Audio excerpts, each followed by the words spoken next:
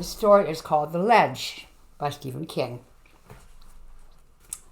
"Go on," Kresner said again. "Look in the bag." We were in his penthouse apartment, 43 stories up. The carpet was deep-cut pile, burnt orange. In the middle, between the Basque swing chair where Kresner sat, the genuine leather couch where no one at all sat, there was a brown shopping bag. "If it's a payoff, forget it," I said. "I love her." "It's money, but it's not a payoff. Go on. Look." He was smoking a Turkish cigarette in an onyx holder. The air circulation system allowed me just a dry whiff of the tobacco and then whipped it away. He was wearing a silk dressing gown on which a dragon was embroidered. His eyes were calm and intelligent behind his glasses. He looked just like what he was. A #1 500-carat dyed-in-the-wool son of a bitch. I loved his wife, and she loved me. I'd expected him to make trouble, and I knew this was it. Just wasn't sure what brand it was.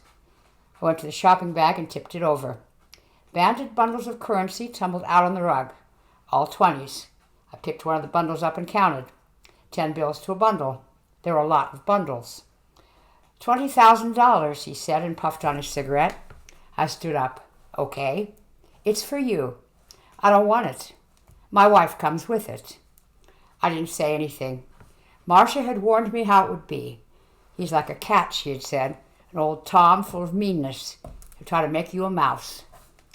"So, you're a tennis pro," he said. "I don't believe I've ever actually seen one before." "You mean your detectives didn't get any pictures?" "Oh, yes." He waved the cigarette holder negligently. "Even a motion picture of the two of you in that Bayside motel. A camera was behind the mirror. Pictures are hardly the same, are they?" "If you say so." "He'll keep changing tacks," Marcia had said. "It's the way he puts people on the defensive. Pretty soon he'll have you hitting out at where you think he's going to be, and he'll get you someplace else. Say as little as possible, Stan, and remember that I love you." "I invited you up because I thought we should have a little man-to-man chat, Mr. Norris. Just a pleasant conversation between two civilized human beings, one of whom is made off with the other's wife." I started to answer, but decided not to. "Did you enjoy San Quentin?" Kresner said, puffing lazily. "Not particularly." "I believe you passed 3 years there. A charge of breaking and entering, if I'm correct." "Marcia knows about it," I said, and immediately wished I hadn't. I was playing his game, just what Marcia had warned against, hitting soft lobs for him to smash back.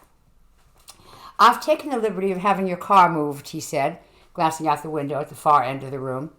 It really wasn't a window at all. The whole wall was glass. In the middle was a sliding glass door. Beyond it, a balcony the size of a postage stamp.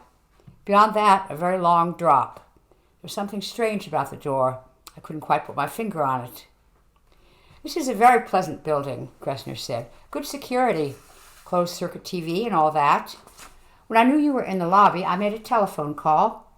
An employee then hot-wired the ignition of your car and moved it from the parking area here to a public lot several blocks away." He glanced up at the modernistic sunburst clock above the couch. It was 8:05. "At 8:20, the same employee will call the police from a public phone booth concerning your car. By 8:30, at the latest, minions of the law will have discovered over 6 ounces of heroin hidden in the spare tire of your trunk. You will be eagerly sought after, Mr. Norris." He had set me up. I tried to cover myself as well as I could, but in the end I had been child's play for him. "These things will happen unless I call my employee and tell him to forget the phone call." "And all I have to do is tell you where Marcia is," I said. "No deal, Kresner. I don't know. We set it up this way just for you." "My men had her followed." "I don't think so. I think we lost them at the airport."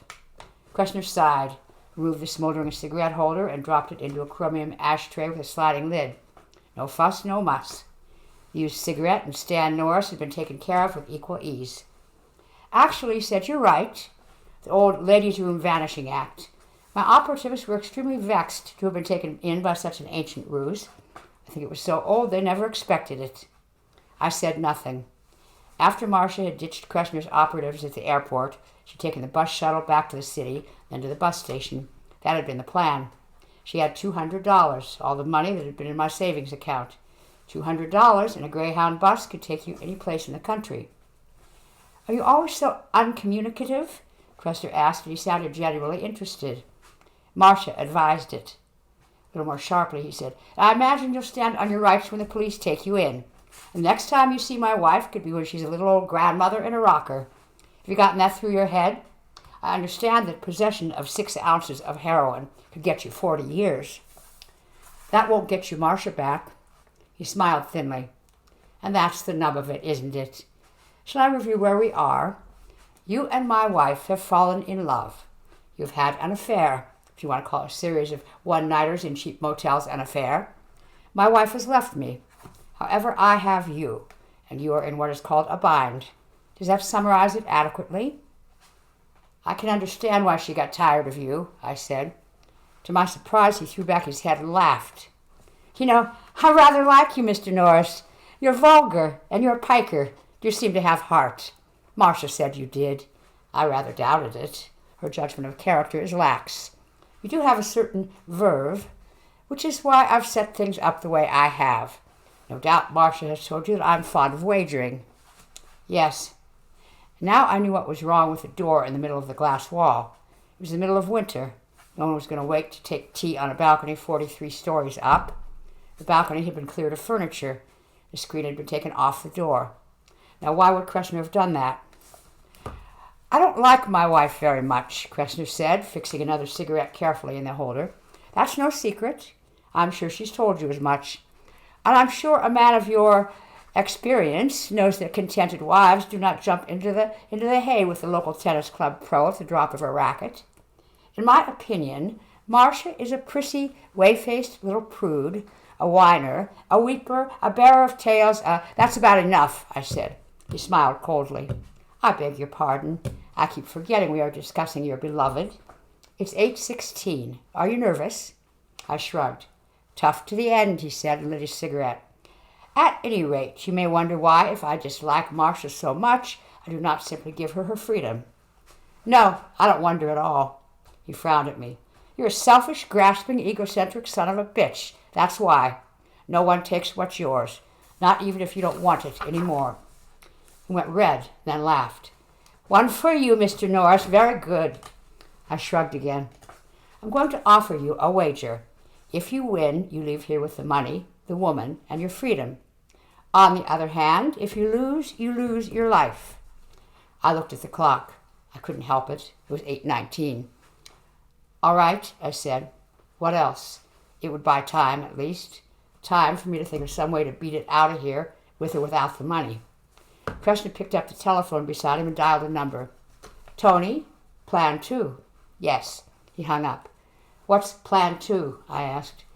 I'll call Tony back in 15 minutes. He will remove the offending substance from the trunk of your car and drive it back here. If I don't call, he will get in touch with the police. Not very trusting, are you? Be sensible, Mr. Norris. There's $20,000 on the carpet between us. In this city, murder has been committed for 20 cents. What's the bet? He looked genuinely pained. Wager, Mr. Norris, wager. Gentlemen make wagers. Vulgarians place bets. Whatever you say. Excellent. I've seen you looking at my balcony. The screen's off the door. Yes, I had it taken off this afternoon. What I propose is this. You walk around my building on the ledge that juts out just below the penthouse level. If you circumnavigate the building successfully, the jackpot is yours. You're crazy. On the contrary, I have proposed this wager 6 times to 6 different people during my dozen years in this apartment. 3 of the 6 were professional athletes like you. One of them a notorious quarterback, more famous for his TV commercials than his passing game. One a baseball player. One a rather famous jockey who made an extraordinary yearly salary, who was also afflicted with extraordinary alimony problems. The other 3 were more ordinary citizens who had differing professions but 2 things in common: a need for money, a certain degree of body grace. He puffed his cigarette thoughtfully and then continued. The wager was declined 5 times out of hand. On the other occasion, it was accepted. The terms were $20,000 versus 6 months' service to me. I collected.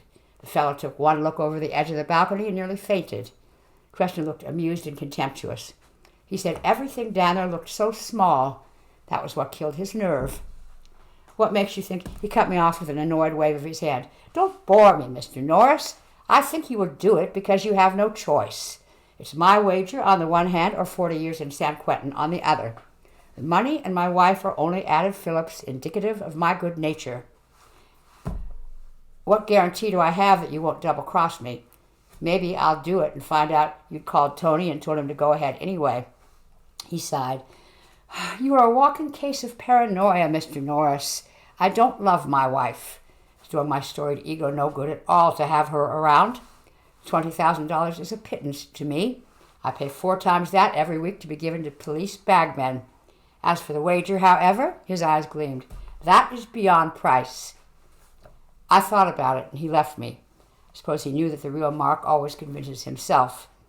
I was a 36-year-old tennis bum. The club had been thinking of letting me go when Marcia applied a little gentle pressure. Tennis was the only profession I knew. Without it, even getting a job as a janitor would be tough, especially with a record. It was kid stuff, but employers don't care. And the funny thing was that I really loved Marcia Kresner. I had fallen for her about after 2 9 o'clock tennis lessons. She had fallen for me just as hard. It was a case of Stan Norris luck, all right. After 36 years of happy bachelorhood, I had fallen like a sack of mail for the wife of an organization overlord. The old Tom, sitting there and puffing his imported Turkish cigarettes, knew all that, of course, and something else as well. I had no guarantee that he wouldn't turn me in if I accepted his wager and won. But I knew damn well that I'd be in the cooler by 10 o'clock if I didn't. Next time I'd be free would be at the turn of the century. "I want to know one thing," I said. "What might that be, Mr. Norris?" "Look me right in the face and tell me if you're a Welsher or not." He looked at me directly. "Mr. Norris, I never Welsh." "All right," I said. What other choice was there? He stood up beaming. "Excellent. Really excellent. Approach the door to the balcony with me, Mr. Norris." We walked over together. His face was that of a man who had dreamed this scene hundreds of times and was enjoying its actuality to the fullest. "The ledge is 5 inches wide," he said. "I've measured it myself. In fact, I've stood on it, holding onto the balcony, of course. All you have to do is lower yourself over the wrought iron railing. You'll be chest high. But of course, beyond the railing there are no hand grips. You'll have to inch your way along, being very careful not to overbalance." My eye had fastened on something else outside the window, something that made my blood temperature sink several degrees. It was a wind gauge. Kresner's apartment was quite close to the lake. It was high enough so there were no higher buildings to act as a windbreak. That wind would be cold, and it would cut like a knife. The needle was standing at 10 pretty steadily, but a gust would send the needle almost up to 25 for a few seconds before dropping off. "Ah, I see you've noticed my wind gauge," Kresner said. "Actually, it's the other side which gets the prevailing wind. So the breeze may be a little stronger on that side. Actually, this is a fairly still night. I've seen evenings when the wind has gusted up to 85. You can actually feel the building rock a little. A bit like being on a ship in the crow's nest. It's quite mild for this time of year." He pointed, and I saw the lighted numerals atop a bank skyscraper to the left. They said it was 44 degrees. But with the wind, that would have made the chill factor somewhere in the mid-20s. "Have you got a coat?" I asked. I was wearing a light jacket. "Alas, no." The lighted figures on the bank switched to show the time. It was 8:32. "I think you'd better get started, Mr. Norris, so I can call Tony and put Plan 3 into effect. A good boy, but apt to be impulsive. You understand." I understood all right. Too damn well. The thought of being with Marcia, free from Cressner's tentacles and with enough money to get started at something, made me push open the sliding glass door, step out onto the balcony. It was cold and damp. The wind ruffled my hair into my eyes. "Bonsoir," Kresner said behind me. I didn't bother to look back. I approached the railing, but I didn't look down. Not yet. I began to do deep breathing. It's not really an exercise at all, but a form of self-hypnosis. With every inhale, exhale, you throw a distraction out of your mind until there's nothing left but the match ahead of you.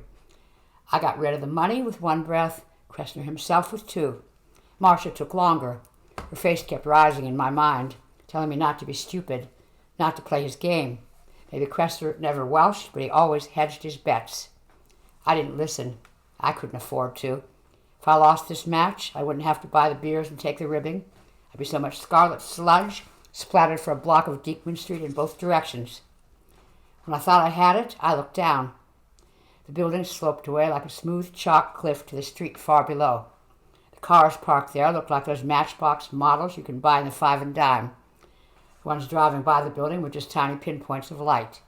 If you fell that far, you would have plenty of time to realize just what was happening.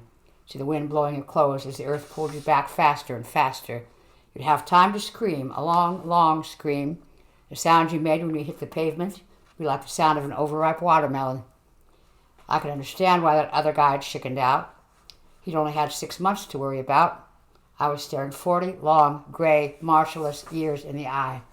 I looked at the ledge. It looked small. I'd never seen 5 inches that looked so much like 2. At least the building was fairly new. It wouldn't crumble under me. I hoped. I swung over the railing and carefully lowered myself until I was standing on the ledge. My heels were out over the drop. The floor on the balcony was about chest high. I was looking into Cressner's penthouse through the wrought iron ornamental bars. He was standing inside the door, smoking, watching me the way a scientist watches a guinea pig to see what the latest injection will do. "Call," I said, holding onto the railing. "What?" "Call Tony. I don't move until you do." He went back into the living room, looked amazingly warm and safe and cozy, and picked up the phone. A worthless gesture, really. With the wind, I couldn't hear what he was saying. Put the phone down and returned. "Taken care of, Mr. Norris." "It better be." "Goodbye, Mr. Norris. I'll see you in a bit, perhaps." It was time to do it. Talking was done. I let myself think of Marcia one last time, her light brown hair, her wide gray eyes, her lovely body, and put her out of my mind for good. No more looking down, either. It would have been too easy to get paralyzed looking down through that space. Too easy to just freeze up until you lost your balance, or just fainted from fear. It was time for tunnel vision. Time to concentrate on nothing but left foot, right foot. I began to move to the right, holding onto the balcony's railing as long as I could. It didn't take long to see I was going to need all the tennis muscle my ankles had. With my heels beyond the edge, those tendons would be taking all my weight. I got to the end of the balcony. For a moment, I didn't think I was going to be able to let go of that safety. I forced myself to do it. 5 inches, hell, that was plenty of room. If the ledge were only a foot off the ground instead of 400 feet, you could breeze around this building in 4 minutes flat, I told myself, so just pretend it is. Yeah, and if you fall from a ledge a foot off the ground, you just say rats and try again. Up here, you get only one chance. I slid my right foot farther and then brought my left foot next to it. I let go of the railing, put my open hands up, allowing the palms to rest against the rough stone of the apartment building. I caressed the stone. I could have kissed it. A gust of wind hit me, snapping the collar of my jacket against my face, making my body sway on the ledge. My heart jumped into my throat and stayed there until the wind had died down. A strong enough gust would have peeled me right off my perch, sent me flying down into the night. The wind would be stronger on the other side. I turned my head to the left, pressing my cheek against the stone. Kresner was leaning over the balcony, watching me. "Enjoying yourself?" he asked. He was wearing a brown camel's hair overcoat. "I thought you didn't have a coat," I said. "I lied," he said. "I lie about a lot of things." "What's that supposed to mean?" "Nothing. Nothing at all." "Perhaps it does mean something. A little psychological warfare, eh, Mr. Norris? I should tell you not to linger over long. The ankles grow tired, and if they should give way..." He took an apple out of his pocket, bit into it, and then tossed it over the edge. There was no sound for a long time. Then a faint and sickening plop. Kresner chuckled. It had broken my concentration, and I could feel panic nibbling at the edges of my mind with steel teeth. A torrent of terror wanted to rush in and drown me. I turned my head away from him and did deep breathing, flushing the panic away. I was looking at the lighted bank sign, which now said 8:46, time to save at Mutual. By the time the lighted numbers read 8:49, I felt that I had myself under control again. I think Kresner must have decided I'd frozen, heard a sardonic patter of applause when I began to shuffle toward the corner of the building again. I began to feel the cold. The lake had wetted the edge of the wind. Its clammy dampness bit at my skin like an auger. My thin jacket billowed out behind me as I shuffled along. I moved slowly, cold or not. If I was going to do this, I would have to do it slowly and deliberately. If I rushed, I would fall. The bank clock read 8:52 when I reached the corner. It didn't appear to be a problem. The ledge went right around, making a square corner. My right hand told me that there was a crosswind. If I got caught leaning the wrong way, I would take a long ride very quickly. I waited for the wind to drop, but for a long time it refused to, almost as though it were Kresner's willing ally. Slapped against me with vicious, invisible fingers, prying and poking and tickling. At last, after a particularly strong gust had made me rock on my toes, I knew that I could wait forever and the wind would never drop all the way off. So the next time it sank a little, I slipped my right foot around, clutching both walls with my hands, made the turn. The crosswind pushed me 2 ways at once, and I tottered. For a second, I was sickeningly sure that Kresner had won his wager. Then I slid a step farther along and pressed myself tightly against the wall, a held breath slipping out of my dry throat. That was when the raspberry went off, almost in my ear. Startled, I jerked back to the very edge of balance. My hands lost the wall and pinwheeled crazily for balance. I think that if one of them had hit the stone face of the building, I would have been gone. But after what seemed an eternity, gravity decided to let me return to the wall instead of sending me down to the pavement 43 stories below. My breath sobbed out of my lungs in a pained whistle. My legs were rubbery. The tendons in my ankles were humming like high-voltage wires. I'd never felt so mortal. The man with a sickle was close enough to read over my shoulder. I twisted my neck, looked up, and there was Kresner, leaning out of his bedroom window 4 feet above me. He was smiling. In his right hand he held a New Year's Eve noisemaker. "Just keeping you on your toes," he said. I didn't waste my breath. I couldn't have spoken above a croak anyway. My heart was thudding crazily in my chest. I sidled 5 or 6 feet along, just in case he was thinking about leaning out and giving me a good shove. Then I stopped and closed my eyes and deep breathed until I had my act back together again. I was on the short side of the building now. On my right, only the highest towers of the city bulked above me. On the left, only the dark circle of the lake, with a few pinpricks of light which floated on it. The wind whooped and moaned. The crosswind at the second corner was not so tricky. I made it around with no trouble. And then something bit me. I gasped and jerked. The shift of balance scared me, and I pressed tight against the building. I was bitten again. No, not bitten, but pecked. I looked down. There was a pigeon standing on the ledge, looking up with bright, hateful eyes. You get used to pigeons in the city. They're as common as cab drivers who can't change a 10. They don't like to fly. They give ground grudgingly, as if the sidewalks were theirs by squatters' rights. Oh yes, and you're apt to find their calling cards on the hood of your car. But you never take much notice. They may be occasionally irritating, but they're interlopers in our world. I was in his. I was nearly helpless. He seemed to know it. He pecked my tired right ankle again, sending a bright dart of pain up my leg. "Get!" I snarled at him. "Get out!" The pigeon only pecked me again. I was obviously in what he regarded as his home. The section of the ledge was covered with droppings, old and new. A muted cheeping from above. I cricked my head as far back as it would go and looked up. A beak darted at my face, and I almost recoiled. If I had, I might have become the city's first pigeon-induced casualty. It was Mama Pigeon, protecting a bunch of baby pigeons just under the slight overhang of the roof. Too far up to peck my head, thank God. Her husband pecked me again. Now blood was flowing. I could feel it. I began to inch my way along again, hoping to scare the pigeon off the ledge. No way. Pigeons don't scare. Not city pigeons, anyway. The moving van only makes them amble a little faster. A man pinned on a high ledge isn't going to upset them at all. The pigeon backpedaled as I shuffled forward, its bright eyes never leaving my face except when the sharp beak dipped to peck my ankle. The pain was getting more intense now. The bird was pecking at raw flesh and eating it, for all I knew. I kicked at it with my right foot. It was a weak kick, the only kind I could afford. The pigeon only fluttered its wings a bit and then returned to the attack. I, on the other hand, almost went off the side. The pigeon pecked me again.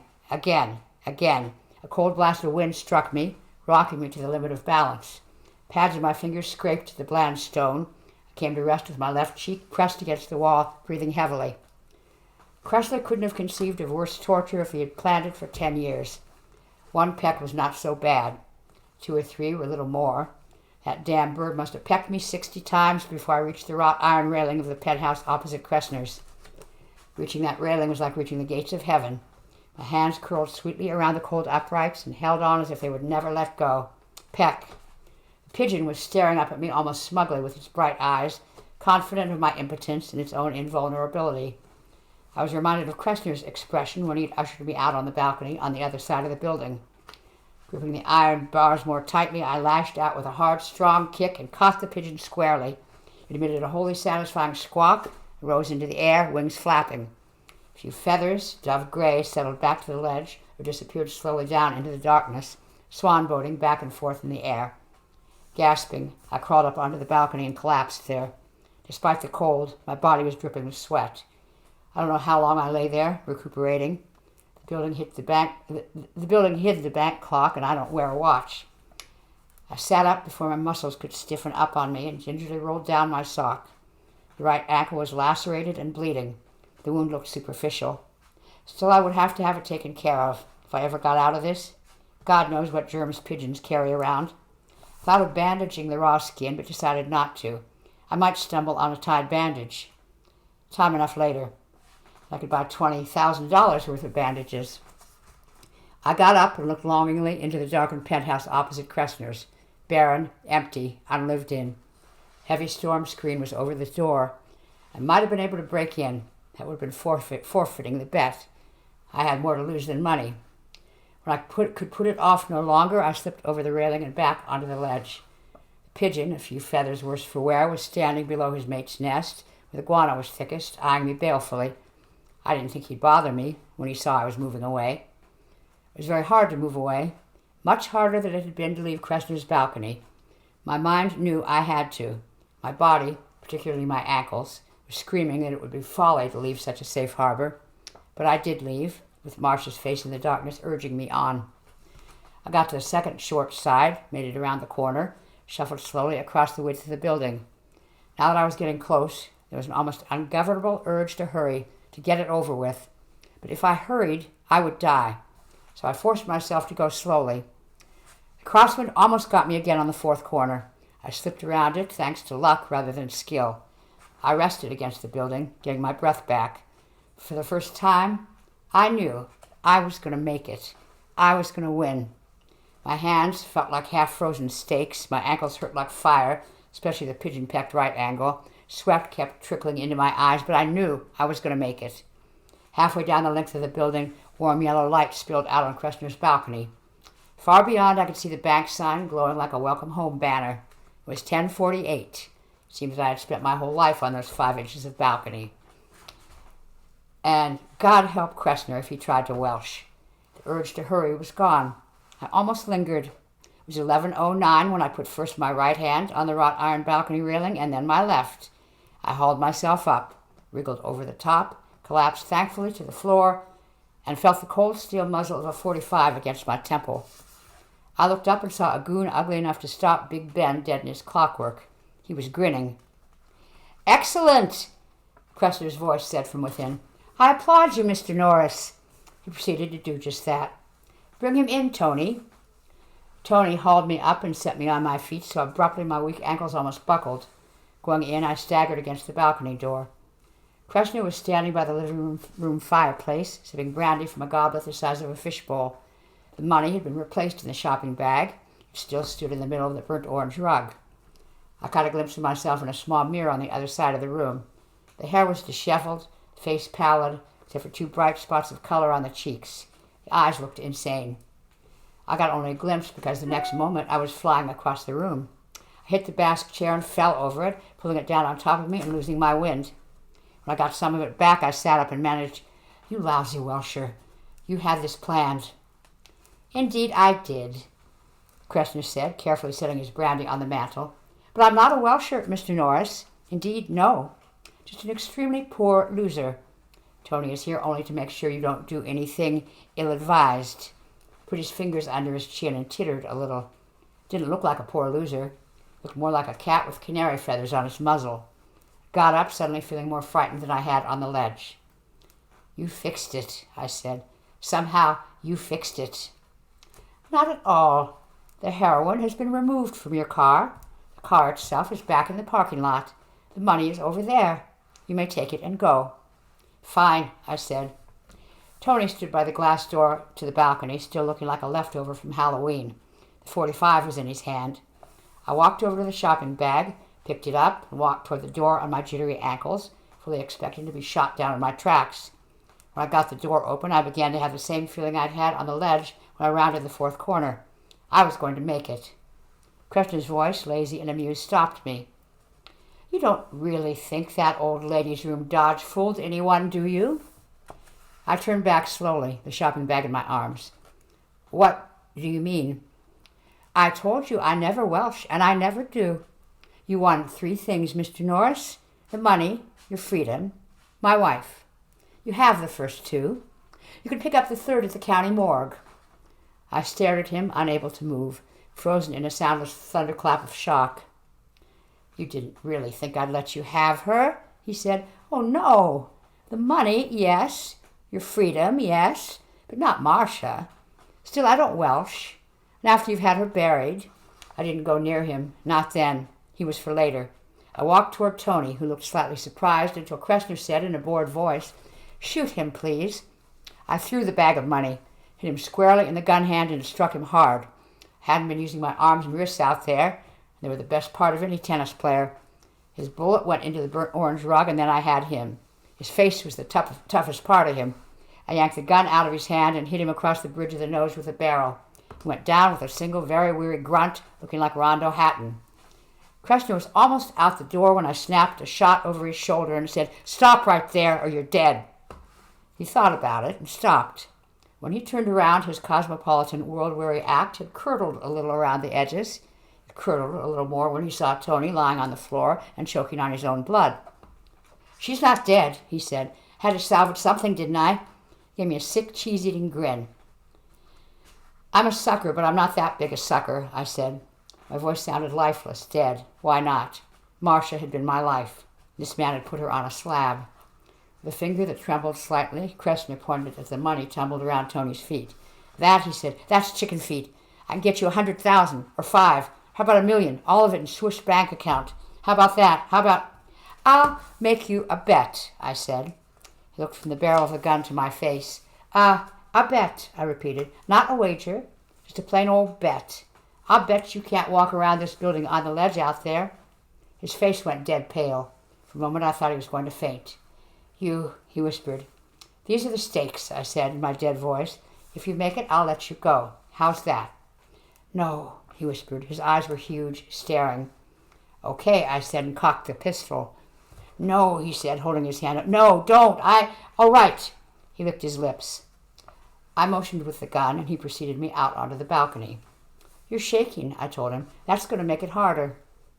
2 million, he said, and he couldn't get his voice above a husky whine. 2 million in unmarked bills. No, I said, not for 10 million. But if you make it, you go free. I'm serious.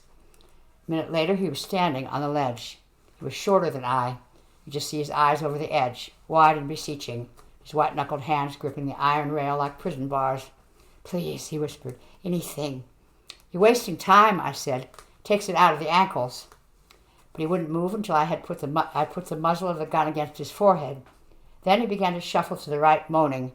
I glanced up at the bank clock. It was 11:29.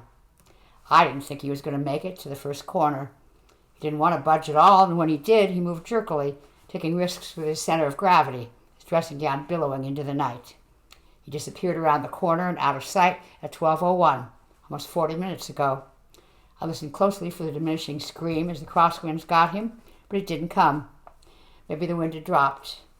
I do remember thinking the wind was on his side when I was out there. Maybe he was just lucky. Maybe he's out on the other balcony now, quivering in a heap, afraid to go any farther.